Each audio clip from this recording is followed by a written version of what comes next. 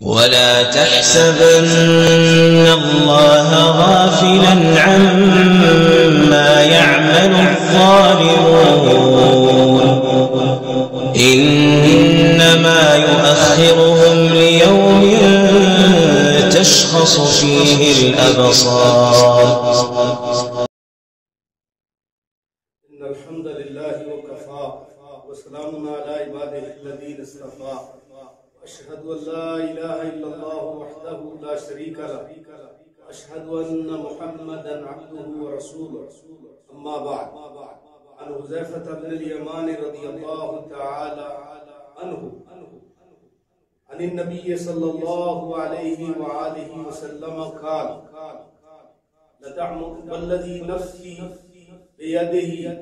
لتأمرن بالمعروف ولتنهون عن المنكر أو ليوشكن الله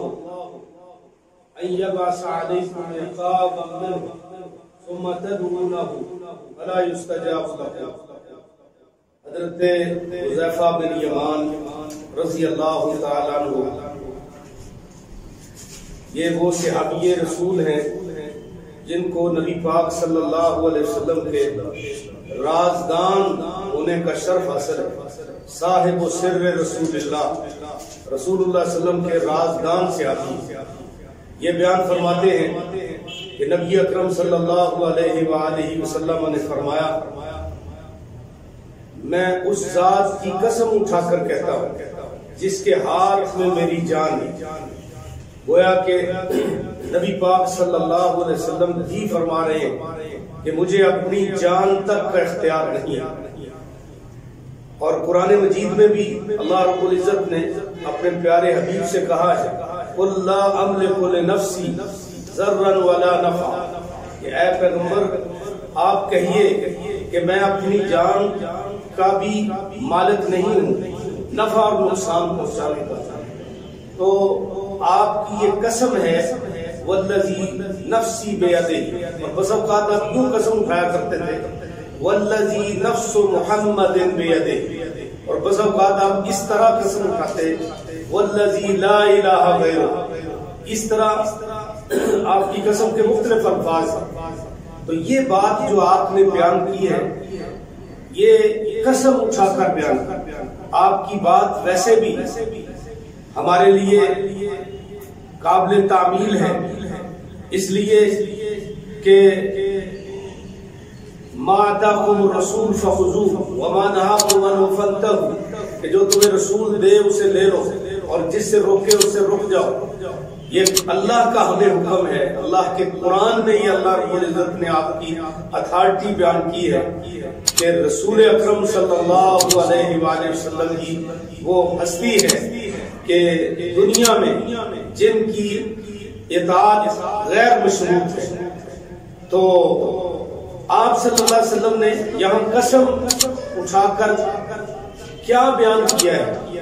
لگتا ہے کہ بڑی اہم بات تھی جو آپ نے بیان کی اور وہ آپ نے فرمایا لَتَأْمُرُنَّ بِالْمَعْرُوفِ تم ضرور نیکی کا حکم کرو وَلَتَنْهَوْنَ عَنِ الْمُنْكَرِ اور تم ضرور برائی سے روکو یعنی امر بالمعروف اور نہی عن المنکر کا فریضہ انجام دو. یہ امت محمدیہ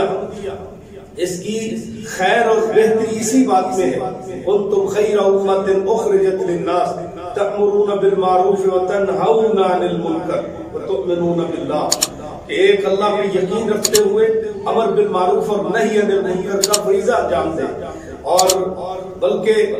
جو لوگ حکمران ہیں ان کی ذمہ داریوں میں بھی یہ بڑی اہم ذمہ داری ہے. فرمایا الذین ان مکناہم فی الارض اقاموا الصلاۃ وآتوا الزکاۃ وامروا بالمعروف ونہوا عن المنکر وللہ عاقبۃ الامور کہ جن کو ہم تمکین فی الارض عطا کریں جن کو ہم غلبہ سلطہ زمین میں دے دیں عہدہ دے دیں ان کی ذمہ داریوں میں سے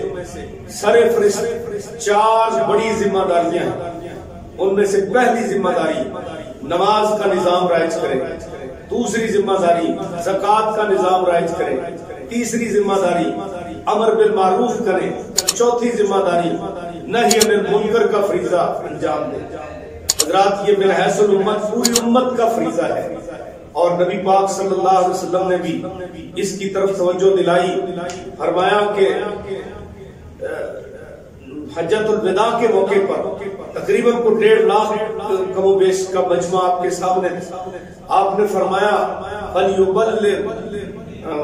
عني ولو آیا فَلْيُبَلِّغِ الشَّاهِدُ الْغَائِبَ، کہ میری طرف سے ایک ہی بات تمہارے پاس آتی ہے تو تم آگے پہنچاؤ، اور جو اس وقت یہاں حاضر ہیں وہ ان تک پہنچا دیں جو یہاں حاضر نہیں ہے۔ رُبَّ مُبَلَّغٍ أَوْعَى مِنْ سَامِعٍ، بس اوقات جن تک بات پہنچائی جاتی ہے وہ زیادہ اس کو یاد کرنے والا اور عمل کرنے والا ہوتا ہے بنسبت سنانے والے۔ اس لحاظ سے یہ پوری امت کا فریضہ ہے۔ آپ نے فرمایا تم امر بالمعروف اور نہی عن المنکر کے فریضے کو انجام دو، وگرنہ اولا یوشکن اللہ ان یبعث علیکم عقابا منہ، وگرنہ اللہ رب العزت اس فریضے کو ترک کرنے کی وجہ سے تمہارے اوپر اپنی طرف سے ایسی سزا نازل کرے گا، ایسا عذاب نازل کرے گا، ثم تدعونہ فلا یستجاب لکم، پھر تم اللہ سے دعائیں کرو گے، پھر تمہاری دعائیں بھی اللہ نہیں سنے گا، تمہاری دعائیں بھی قبول نہیں۔ حضرات نہی عن المنکر کا فریضہ جو ہے اس کو بعض اسلاف نے تو اسلام کے 5 ارکان کی بجائے 6 رکن میں سے چھٹا اس کو شمار کیا ہے کہ یہ اتنا اہم فریضہ ہے امر بالمعروف اور نہی عن المنکر، جس سے آج امت اپنے مختلف شغل بتا کر، اپنی مختلف ذمہ داریاں بتا کر، اپنی مختلف مصروفیات بتا کر وہ اس فریضے کو پسے پشت ڈالے ہوئے ہیں۔ کوئی پروفیسر ہے تو کہتا ہے میرا کام تو لیکچر دینا ہے، کوئی ڈاکٹر ہے تو وہ کہتا ہے میرا کام تو مریضوں کی تشخیص کرنا ہے، مرضوں کی تشخیص کرنا ہے، کوئی کسان ہے تو وہ کہتا ہے میرا کام تو کھیتی باڑی کرنا ہے، کوئی اسی طرح انجینئر ہے تو وہ کہتا ہے میرا کام تو فلاں ہے۔ اس طرح ہر بندہ اپنا اپنا کام بتا کر وہ اس اہم اور عظیم عہدے یا رکن سے وہ جو ہے نا اپنے آپ کو بری سمجھتا ہے۔ حضرات یہ جس فیلڈ کا بندہ بھی ہو، جس ماحول معاشرے کا بندہ ہو، جو نبی صلی اللہ علیہ وسلم کو امتی کہلاتا ہے، اس کا یہ فرض ہے کہ امر بالمعروف اور نہی عن المنکر کا فریضہ انجام دے۔ اور پھر اس میں سب سے پہلی بات یہ ہے کہ یہ کام جو ہے یہ اخلاص کے ساتھ ہونا چاہیے۔ یہ راستہ جو ہے امر بالمعروف اور نہی عن المنکر کا راستہ، یہ راستہ پھولوں کی سیج نہیں ہے، یہ کانٹوں کی مالا ہے۔ یہاں بڑے مسائل ہیں، بڑی پریشانیاں ہیں، انہی کی طرف اشارہ کیا تھا جناب لقمان حکیم نے اپنے بیٹے کو کہ اے میرے بیٹے اقم الصلاۃ وامر بالمعروف وانہی عن المنکر واصبر علی ما اصابک ان ذلک من عزم الامور، بیٹا تو نماز قائم کر، نیکی کا حکم کر، برائی سے روک، اور یہ جو کام کرے گا تو ساتھ اشارہ بھی کر دیا کہ وَاصْبِرْ عَلَىٰ مَا أَصَابَكَ، کہ اس راستے میں بہت مصیبتوں کے پہاڑ ٹوٹیں گے، تمہارے اوپر مصائب آئیں گے، مصیبتوں کے پہاڑ ٹوٹیں گے، لیکن فرمایا کہ اس کو تم نے خندہ پیشانی سے قبول کرنا ہے۔ یہ نبیوں کا راستہ ہے، یہ پیغمبروں کا سبیل ہے، یہ راستہ جو ہے امر بالمعروف اور نہی عن المنکر کرنے والے، یہ حوصلے والے لوگوں کا راستہ ہے، بڑے بڑے جگرے رکھنے والوں کا راستہ ہے۔ اور اس راستے میں تکلیفیں بھی آتی ہیں، کڑوی کچیلی باتیں بھی سننی پڑتی ہیں، دل خراش واقعات بھی پیش آتے ہیں۔ نبی پاک صلی اللہ علیہ وسلم نے اسی راستے میں پتھر بھی کھائے ہیں۔ آپ طائف میں گئے ہیں تو آپ دیکھیں عبد یلیل اور اس کے ساتھیوں نے آپ کے ساتھ کس طرح کا ناروا سلوک کیا، آپ کا جسم مبارک لہو لہان ہو گیا، انہوں نے اوباش لڑکے پیچھے لگائے، آپ کو پتھر روڑے مارے گئے۔ اللہ اکبر، یہی اسی راستے پر چلتے ہوئے صحابہ سلگتے کوئلوں پہ لٹے، اسی راستے پر چلتے ہوئے تپتی ریتوں پر ان کو گھسیٹا گیا، اور پھر بھی وہ یہ فریضہ امر بالمعروف اور نہی عن المنکر انجام دیتے رہے۔ اس راستے میں صحابہ کرام سے لے کر آج تک کے علماء اور صحابہ کرام، تابعین، تبع تابعین، اتباع تبع تابعین، اور اسی طرح اہم فالاہم لوگ جو اس امت کے گزرے ہیں، جو دین کے پہرے دار تھے، چوکی دار تھے، انہوں نے اس راستے میں اپنی اپنی بساط کے مطابق انہوں نے کام کیا ہے، اور انہوں نے پھانسیوں کے پھندے جو ہیں گلے کا ہار بنا کر انہوں نے قربانیاں دی ہیں، اور انہوں نے اس راستے میں بڑی پریشانیوں کا سامنا ان کو کرنا پڑا، لیکن ان کے پائے ثبوت میں کسی قسم کا کوئی تزلزل نہیں آیا، پایا استقلال میں وہ متزلزل نہیں ہوئے، بلکہ انہوں نے استقامت اختیار کی۔ امام احمد بن حنبل کی سیرت ہے، امام مالک رحمۃ اللہ علیہ کی سیرت ہے، اور شیخ الاسلام ابن تیمیہ کا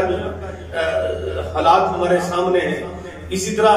محدثین میں امام بخاری رحمۃ اللہ علیہ کے حالات ہمارے سامنے ہیں، دیگر محدثین کے حالات ہمارے سامنے ہیں۔ تو ہمیں بھی چاہیے کہ ہم اس فریضے کو اپنی ذمہ داری سمجھتے ہوئے، بلکہ اولین فریضہ سمجھتے ہوئے، بالکل اسی طرح جس طرح نماز فرض ہے، جس طرح زکوٰۃ فرض ہے، جس طرح حج فرض ہے، جس طرح شہادتین کا اقرار فرض ہے، بالکل اسی طرح یہ امر بالمعروف اور نہی عن المنکر کا فریضہ ہے۔ تو ہم اس کو اہمیت دیں، اور من حیث الامت ہر بندہ جس حد تک ہو سکے اس فریضے کو انجام دے۔ اللہ رب العزت سے دعا ہے اللہ مجھے بھی اور تمام ان لوگوں کو جو قرآن و سنت کے حاملین ہیں، اللہ یہ فریضہ اخلاص کے ساتھ انجام دینے کی توفیق عطا فرمائے، اور اللہ رب العزت ہمیں